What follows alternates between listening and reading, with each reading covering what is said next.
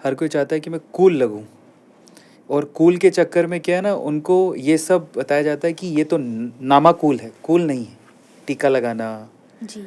है ना, और भगवा धारण करना, और ओम लिखना, जय श्री राम लिखना, जय श्री कृष्ण लिखना, हिंदू सनातन धर्म का नाम लेना, गुरुओं के आगे चरण स्पर्श करना, माथा टेकना, ये नामाकूल लगती है चीज़ें। ऐसा बना दिया गया है, इसके बारे में क्या कहना है आपको? क्योंकि उन्होंने हिंदू धर्म को कभी समझा ही नहीं। हम्म, उनको लगता है कि ये सिर्फ हिंदू धर्म में दिखावा है, ये चंदन ये भी दिखावा है। अरे दिल से भक्ति करो। अरे भैया इतने बड़े भक्त थोड़ी बन गए अभी आपकी दिल से भक्ति करने लगोगे। उसके लिए भी तो आपको स्टेज पे पहुंचना पड़ेगा, सिंडी पे पहुंचना पड़ेगा।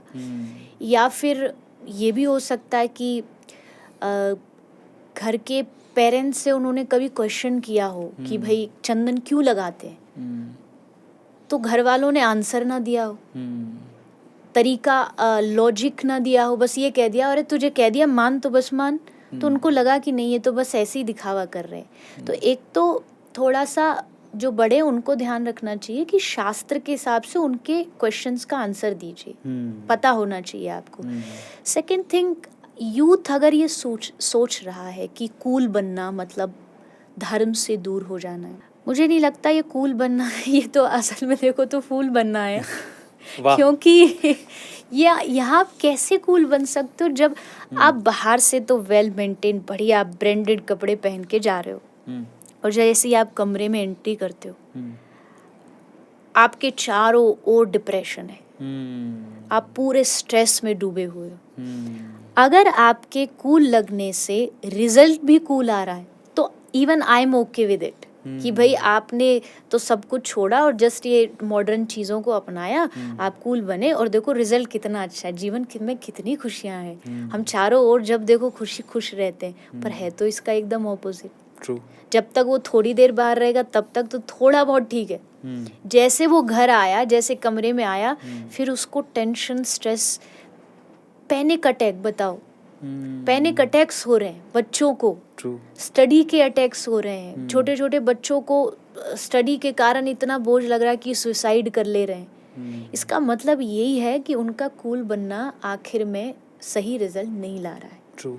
तो आपको अपनी उस लाइफस्टाइल को चेंज करना पड़ेगा। अदरवाइज ये जो कूल बनने वाला जो रास्ता है ना, आगे इसमें अंधेरा है, उजाला नहीं है। उस अंधेरे में जाना चाहते हो, जाने के लिए तैयार हो तो जाइए, आपके पास चॉइस है। पर अगर आपको उस अंधेरे से बचना है तो आपको हटाना पड़ेगा। और रही बात कूल बनने की, तो देखो एक टाइम आएगा जब समझ आएगा। कुछ चीज़ें समझ आ रही है, कुछ जैसे आपने कहा ना थोड़ा तो चेंज हुआ है। हाँ, आज के बच्चों को ये कह दो कि चोटी रखनी है तो बोलेगा अरे हम कैसे रख लेंगे। हाँ, कल को कोई बॉलीवुड सिनेमा का कोई हीरो एक्टर आ जाए हेयर स्टाइल कि ये हेयर स्टाइल है, तो तुरंत मान लेगा। ट्रू। करेगा घूम फिर के वही, बट उसे लगता है कि अगर वो शास्त्र या धर्म से चलेगा तो गलत हो जाएगा। नहीं, ये आपकी पहचान है, आपका जन्म इस देश में हुआ, आपका जन्म सनातन धर्म में हुआ है। अरे आपको तो सीना तान के एकदम कहना चाहिए कि मुझसे ज़्यादा भाग्यशाली कोई नहीं। ट्रू। तो मैं इतना ही कहती हूँ, ये मेरी एक बहुत प्रसिद्ध लाइन भी है, बहुत बार मैंने बोली है, यूथ को बस इतना करना है, अपनी लाइफ में एक पॉकेट में आप मोबाइल रखते हो रखिए, एक पॉकेट में भगवद गीता रखिए। आप वेस्टर्न कपड़े पहनते हो 6 दिन, आप एक दिन, वीक के एक दिन अपने ट्रेडिशनल भारतीय कपड़े पहन लीजिए। आप पार्टी करने जाते हो अपने जन्मदिन के दिन, आप शाम को पार्टी करिए, सुबह आप किसी गौशाला में जाके गाय को चारा खिला दीजिए। बढ़िया। आई एम नॉट सेइंग कि आप अपना जीवन छोड़ दीजिए, कुछ छोड़ना नहीं है आपको, जस्ट थोड़ा सा ऐड कर लीजिए कि उसमें आपका कूलनेस भी। आजकल देखो आप हमारे वृंदावन में आओ, बड़े बड़े फॉरेनर्स अपनी लाइफस्टाइल चेंज करके धोती कुर्ता पहन के नाच रहे। ट्रू। वो बड़े मौज में हैं।